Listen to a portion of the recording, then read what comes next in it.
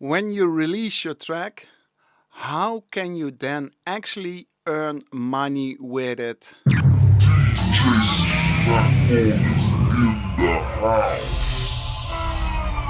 Hi everybody and welcome back. The last weeks are done on the track and finally the track is almost finished.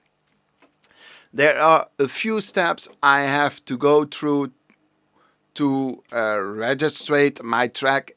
You don't have to do it, but the only thing is nobody knows then that it's your track. It's more or less putting a fingerprint on your track.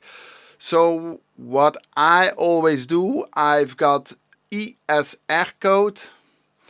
That's a code you put in your track, and when the track is played on the radio and on Spotify or on another platform, they always know it's your track. It's more or less the same as a fingerprint. And then I'm gonna register my track. In Holland it's Buma Stemra, and they collect the money for you when the track is used in a TV commercial or played at a radio station. I think you have to pay a fee once a year at the Buma Stemra, and they collect the money for you and they pay you out a few times in a year, and it's for the radio commercials, it's for the radio, the TV, or when it's played on a TV commercial. They scan everything and they pay you out. Some tracks are doing it very well, other tracks are more or less okay. But I think it's important to do that. At least you get some money from your tracks when they are played at the radio. Nowadays they also try to collect the money when the tracks are played in YouTube and other streaming platforms. I think even Facebook, but before it was not happening because a lot of tracks were played on Facebook and the owner never gets any money from it. Now they are arranging it better.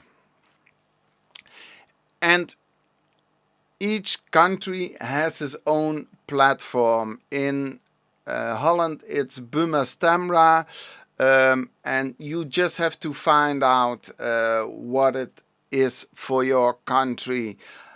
I don't know all the names for all the other countries. I know that they all work together. I think it's still a shame that it's not worldwide nowadays with the internet and with a lot of streaming, because the streaming is also worldwide. I think it would be better when it was worldwide. So first I'm gonna register my track with Buma. I'm gonna arrange the ESR code, and then I'm gonna look if I can find a record label for my new track. And when I find a record label, the track can be released.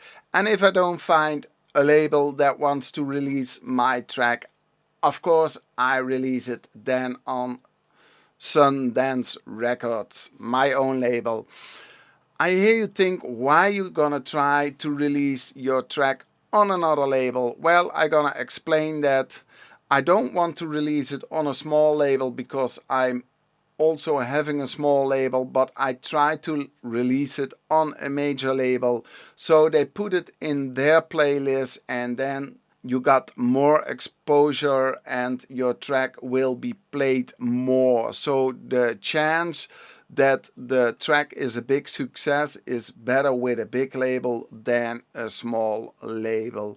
It's not always true, because sometimes the track gets snowed under by a big label and they just release it to release it, and then nothing further happens with it. But when you are one of the lucky ones and they put it in the right playlist, it will get a lot of streams and plays, and that's very important for your track. but also with small labels that can happen. Just when the track is picked up by the right people and put in the right playlist, it can be huge.